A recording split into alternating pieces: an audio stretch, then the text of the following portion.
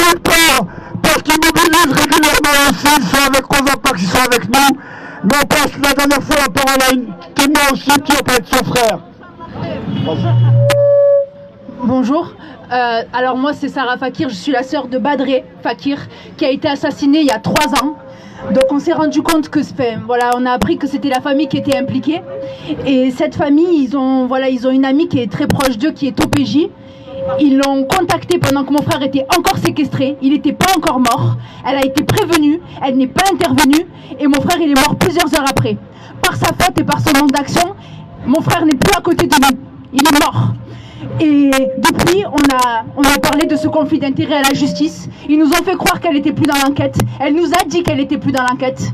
Donc on s'est mis un peu en arrière, on a laissé l'enquête suivre son cours. 1 an après, pendant la reconstitution, on s'est rendu compte que non seulement elle était encore dedans, qu'elle était en charge de cette enquête, qu'elle a monté à charge et qu'elle aidait la famille.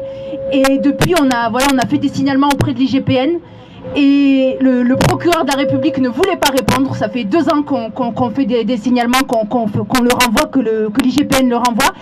Et ça fait depuis 2 semaines qu'on commence à en parler publiquement. Et c'est que depuis 2 semaines que l'IGPN nous a pris au sérieux et commence à nous contacter. Et voilà, qu'on leur a mis un peu la pression. Donc on continue le combat parce qu'on veut que cette OPJ soit sanctionnée au même titre que ses assassins. Voilà, merci. Pas de justice, pas de paix, pas de justice, pas de paix, pas de justice, pas de paix, pas de justice, pas de paix, pas de justice, pas de paix, pas de justice, pas de paix, pas de justice. Voilà, merci.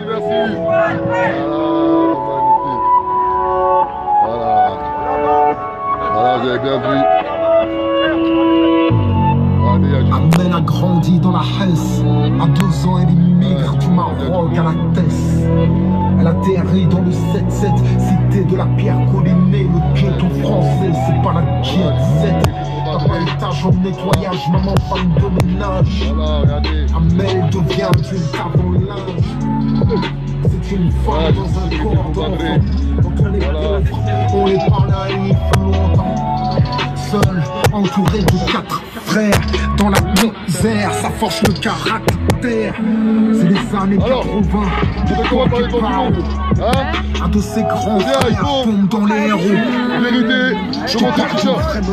Voilà, vérité, je suis combattu jusqu'à la mort. On va rien lâcher, on va tout donner. Hein, Cosimo, c'est ça ou pas? Hein? On doit lutter jusqu'au bout contre tous les injustices. Et on va arriver, parce qu'on est fort, on est ensemble, et la révolution est en marche. Toi, un petit message. Pas de justice, pas de paix. On est là pour faire valoir nos droits. Tant qu'il n'y aura pas de justice, on sera toujours dehors. Ah, la